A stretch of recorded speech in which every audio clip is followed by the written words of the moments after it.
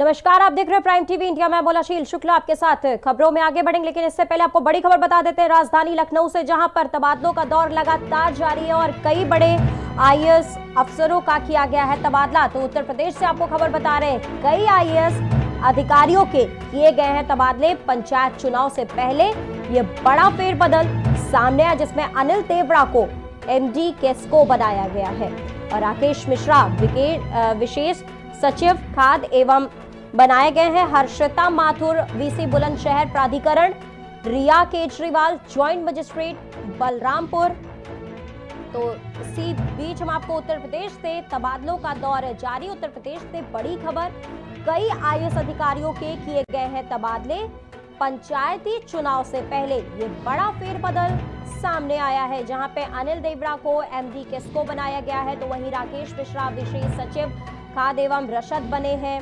Harshita Mathur VC Bulandshahr प्राधिकरण बनाई गई है। तो इसके साथ ही रिया केजरीवाल ज्वाइंट मजिस्ट्रेट बलरामपुर के बनाई गई है।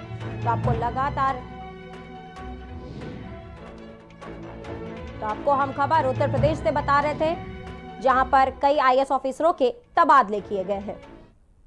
इसी के बाद अब खबरों का रुख करते खबर आपको बताते हैं, सूबे के स्वास्थ्य एवं जिले के प्रभारी मंत्री जय प्रताप सिंह सुल्तानपुर पहुंचे, जहां उन्होंने वीर अब्दुल हमीद चिकित्सालय का उद्घाटन किया। नगर पालिका द्वारा बनवाए गए इस चिकित्सालय का संचालन रोटरी क्लब द्वारा करवाया जाएगा, ताकि छोटी मोटी बीमारियों का इलाज यहां किया जा सके। बता दें कि नगर पालिका परिसर में पिछले कई सालों से वीर अब्दुल हमीद चिकित्सालय बनकर तैयार हुआ था। इसी का उद्घाटन स्वास्थ्य मंत्री जय प्रताप सिंह द्वारा किया गया। वहीं इसके मौके पर तमाम अधिकारी मौजूद रहे। ये नगर पालिका परिसर में कमरा को तैयार करके एक छोटा सा क्लिनिक के लिए इसका उपयोग करने के लिए ये बनाया गया है और इसको रोटरी क्लब के द्वारा, उनके जो डॉक्टर्स हैं उनके द्वारा इसको संचालन किया जाएगा। नहीं, ये तो एक छोटा सा क्लिनिक है। मान लीजिए इसमें कोई थोड़ा बहुत समस्या आ जाती है, कोई कट फुट जाता है, कोई चोट लगता है, कोई बुखार है, फिजिशियन टाइप के लोग यहाँ पर रहेंगे और अगर उसकी कोई आवश्यकता होगी, धीरे धीरे रोटरी क्लब जब इसको संचालित करेंगे तो आवश्यकता अनुसार थोड़ा बहुत अपना बढ़ा लेंगे। ये हमारा देखिए सरकारी चिकित्सालय नहीं है, ये एक सहयोग में रोटरी क्लब के माध्यम से चल रहा है। तो रोटरी क्लब के जो मेंबर्स, उसमें जो डॉक्टर्स होंगे या उनके साथ में सहयोगी होंगे, वही चलाएंगे इसको कमरा। अब खबर मैनपुरी से। मैनपुरी के थानों में पड़ी लावारिस गाड़ियों की नीलामी कुछ ही दिनों में होने वाली है। आज मैनपुरी के कई थानों में आरटीओ विभाग के लोगों ने पहुंचकर लावारिस वाहनों की जांच पड़ताल की है। बता दें कि डीएम महेंद्र बहादुर सिंह और पुलिस अधीक्षक अविनाश कुमार पांडे के आदेश के बाद लावारिस पड़े वाहनों की जांच शुरू हुई है। 13 थानों में पड़े लावारिस वाहनों की काउंटिंग कराने के साथ जांच पड़ताल के बाद उनको नीलाम करने की कार्रवाई की जाएगी। जो काफ़ी समय से जनपद के विभिन्न थानों में जो लावारिस वाहन खड़े हैं, उनमें 2 व्हीलर भी हैं और 4 व्हीलर भी हैं। ज़्यादातर जो वाहन हैं उनमें 2 व्हीलर हैं, तो काफ़ी समय पहले उनके बारे में कोई कार्रवाई नहीं हुई है। तो अभी हमारे डीएम साहब हैं और एसपी साहब ने उनके बारे में संज्ञान लिया है, उनको और उन पर लावारिस वाहनों पर तत्काल कार्रवाई करने का निर्देश दिया है। अब खबर औरैया से। औरैया के शहर कोतवाली क्षेत्र में समाजसेवी संगठनों की महिलाएं अपनी समस्याएं लेकर बीजेपी कार्यालय पहुंची। इस दौरान बीजेपी विधायक रमेश दिवाकर से महिलाओं की झड़प हो गई। दरअसल विधायक महिलाओं की समस्याएं सुनने की बजाय अपने कार्यालय से बाहर निकल गए, जिसके बाद महिलाओं का आक्रोश और भड़क उठा और उन्होंने हंगामा करना शुरू कर दिया। संगठन के अध्यक्ष ने बताया कि विधायक समस्याएं सुनने की बजाय ऐसे ही कोई न कोई बहाना बनाकर टरका देते हैं और कार्यालय पर भी मुलाकात नहीं करते। संगठनों की महिलाओं का कहना है कि अगर समस्या का समाधान न हुआ तो आंदोलन भी करेंगी। आज हम लोग जिला कार्यालय पे थे, लगभग 12:30-1 बजे के आसपास। तो मैं वहाँ पर पंडित दीनदयाल उपाध्याय जी का जो कार्यक्रम था उसको वहाँ हम लोग मना रहे थे। उसी समय हमारे पास एक फ़ोन पहुँचता है कि कुछ बहनें जो हैं आपके कार्यालय पर बैठी, उनकी कुछ समस्या है। तो मैं मुख्यालय जा रहा था, तो हमने पहले अपने ड्राइवर से कहा कि हमने पहले अपनी बहनों की समस्याएं सुन लें, उसके बाद हम मुख्यालय चलते हैं। जैसे ही हम मुख्यालय पर वहाँ अपने यहाँ कार्यालय पहुँचे, देखा कि वहाँ पर कुछ अल्पसंख्यक की बहनें और कुछ गांव से आई थी बहनें। उनके साथ ही कोई बसपा की नेत्री थी, वो अपने साथ में एक लड़की को लिए थी, एक माइक लिए थी। तो वो हमसे बात करने से पहले ही तेज़ तेज़ बोलने लगी। तो हमने उनसे कहा, बहन जी आप अपनी समस्या को निपटाने आई हैं कि यार। अब खबर कन्नौज से। कन्नौज में एक अधेड़ किसान की ईंट से कूचकर हत्या कर दी गई। बता दें कि किसान देर रात में खेत की रखवाली करने गया था।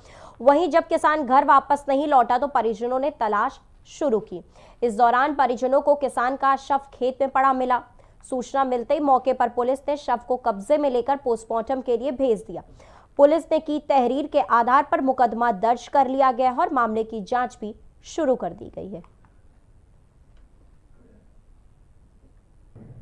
जनपद कन्नौज के थाना तालग्राम क्षेत्र के बमरौली गांव में एक अधेड़ उम्र के व्यक्ति का शव मिला है, जिसके संबंध में परिजनों को आशंका है कि उसकी हत्या की गई है। परिजनों की आशंकाओं के मद्देनज़र मौके पर फॉरेंसिक टीम और डॉग स्क्वाड की टीम को भेज दिया गया है।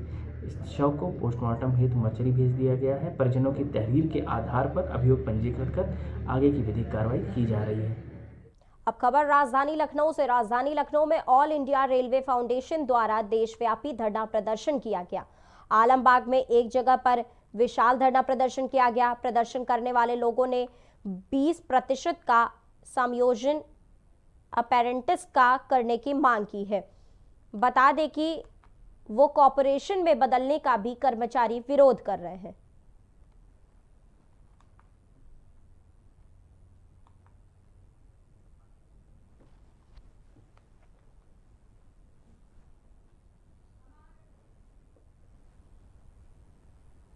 आजमगढ़ में प्रदर्शन कर रहे छात्र नेता और पुलिस के बीच झड़प हो गई। बता दें कि छात्र अपनी मांगों को लेकर धरने पर बैठे थे, जहां प्रदर्शन कर रहे स्टूडेंट्स को पुलिस ने गिरफ्तार कर लिया है। मौके पर पुलिस फोर्स की तैनाती की गई है। वहीं प्रदर्शनकारी अब भी अपनी मांगों पर अड़े हैं।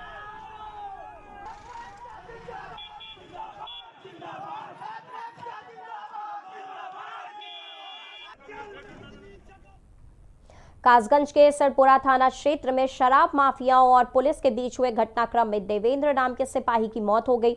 वहीं गंभीर रूप से घायल हुए दरोगा का इलाज अलीगढ़ के जैन मेडिकल कॉलेज में लगातार चल रहा है। तो वहीं पुलिस ने मुख्य आरोपी के भाई को मुठभेड़ के दौरान मार गिराया। पुलिस मुठभेड़ में मारे गए बदमाश को लेकर राजनीति भी शुरू हो गई है, जिसमें पूर्व विधायक जमीरुल्लाह ने पुलिस एनकाउंटर पर सवाल उठाए हैं। पूर्व विधायक ने चंबल के डकैतों से यूपी पुलिस की तुलना की है। पुलिसकर्मी की हत्या हुई, उसका मुझे बहुत अफसोस है और पूरे ही हमारे प्रदेश के लोगों को उसका अफसोस है। लेकिन उसके बाद जो घटना हुई वो निहायत ही बदतमीजी के साथ घटना हुई है। और खून का बदला खून पुलिस अगर करेगी और सरकार ये करेगी तो फिर बचा क्या यहाँ पर? ना प्रदेश संभल लिया, ना देश संभल लिया। दिल्ली के अंदर आंदोलन चल रहा है, प्रदेश के अंदर कोई कानून व्यवस्था नाम की चीज़ नहीं है। तो हमारा तो ये कहना ये है कि योगी जी को फौरन इस्तीफा देकर। मैनपुरी में मुस्लिम समुदाय के नाबालिग किशोरी का धर्म परिवर्तन कराने के बाद उसकी शादी करा दी गई। नाबालिग किशोरी के परिवार वालों का इस मामले में कहना है कि आरोपी युवक उसे बहला फुसलाकर अपने साथ ले गया और धर्म परिवर्तन के बाद उससे शादी कर ली। लड़की के परिवार वालों ने इस मामले में आरोपी लड़के के खिलाफ शिकायत दर्ज करवाते हुए कार्रवाई की मांग की है। इस पर पुलिस ने दोनों को हिरासत में ले लिया है। वहीं पुलिस ने जोड़े को हिरासत में लेते हुए कोर्ट में फिलहाल पेश किया। मामले की पैरवी कर रहे अधिवक्ता होशियार सिंह ने कहा कि लड़की नाबालिग है, इसलिए उसकी शादी मान्य नहीं है।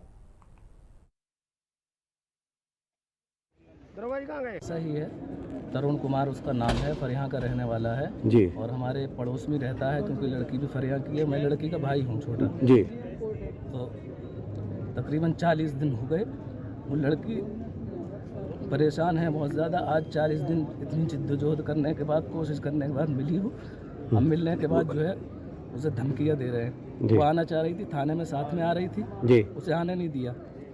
छोटी हमारी भतीजी उसके साथ में है, वो कह रही है कि ये मार देंगे तुम्हें, भाई तुम्हारे भाइयों को भी मार देंगे, तुम्हारे अब्बा को, सबको मारना चाह रहे हैं। लड़की जो है अपने गांव से प्राइमरी स्कूल में पढ़ी हुई है, वहाँ के हिसाब से नाबालिग है जी और इन्होंने कोई एक फर्जी मार्कशीट लगाई है हाई स्कूल की जी जिसमें बालिग दिखा रहे हैं। उस हिसाब से इन्होंने आर्य समाज में मन शादी की है जी लेकिन शादी के लिए जब अलग अलग धर्म के लोग शादी करते हैं तो उसमें डीएम के यहाँ परमिशन होता है।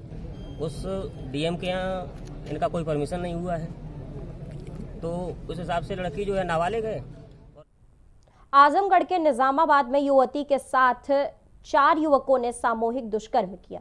इसके बाद आरोपियों ने सबूत मिटाने के इरादे से युवती के सिर पर चाकू से प्रहार कर उसे जान से मारने की कोशिश भी की। दूसरी तरफ पीड़िता के परिवार वालों की शिकायत पर पुलिस ने आरोपियों के खिलाफ केस दर्ज कर लिया है और पीड़िता का अस्पताल में इलाज चल रहा है।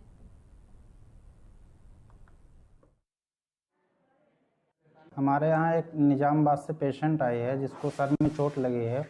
वो 8 नंबर इमरजेंसी वार्ड में भर्ती है, बेड नंबर 8 पे। वो बताई है कि मतलब हमारे सर में चोट लगी है, छेड़खानी हुई थी। तो तीनों बंदे थे ना, नजदीक तीरे थी ना, तो तीनों बंदे घेर रखे थे मुझे को। तो रजनीकांत आया, मुझे पकड़ के ना खाल टाइप था ना, नारा टाइप, वहीं पर लेके गया। वो जब चाकू निकाला ना, मैंने बोला मत मार मेरे भैया। फिर उसके बाद मेरे को ना बोला कि चल अच्छा नहीं मारेंगे, थोड़ा सा दे दे। फिर मैंने नहीं दिया। फिर मेरा बोल रहा था चल भाग चल मेरे साथ। हाँ, मैंने बोला तुम मेरे बिरादर नहीं हो, मैं भी तुम्हारे बिरादर नहीं, मैं नहीं जाती।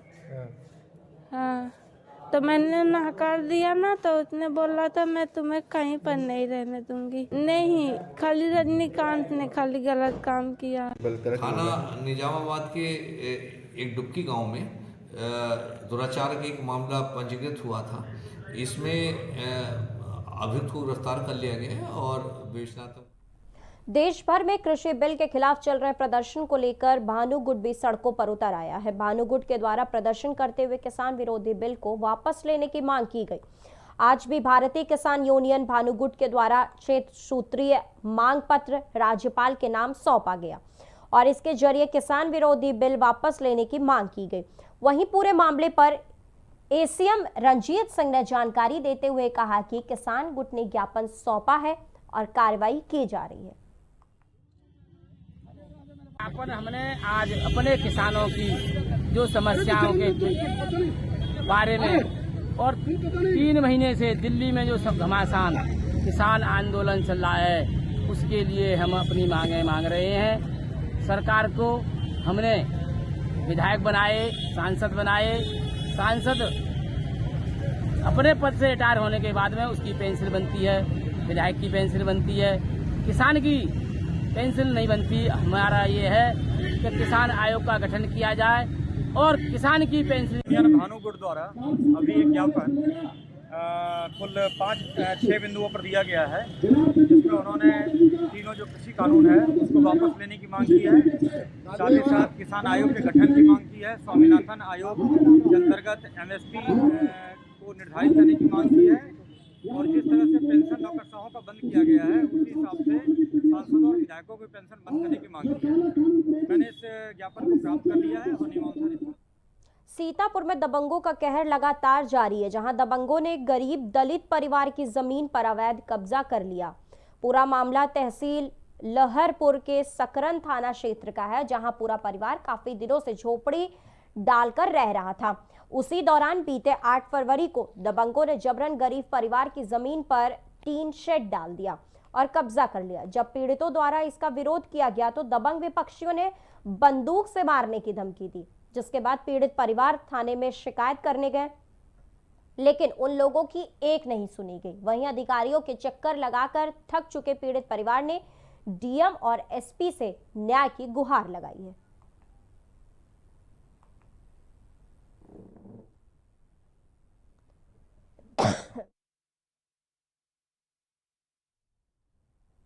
सीतापुर के मिश्किल कोतवाली क्षेत्र में एक अज्ञात वाहन ने युवक को टक्कर मार दी। इस टक्कर में युवक गंभीर रूप से घायल हो गया।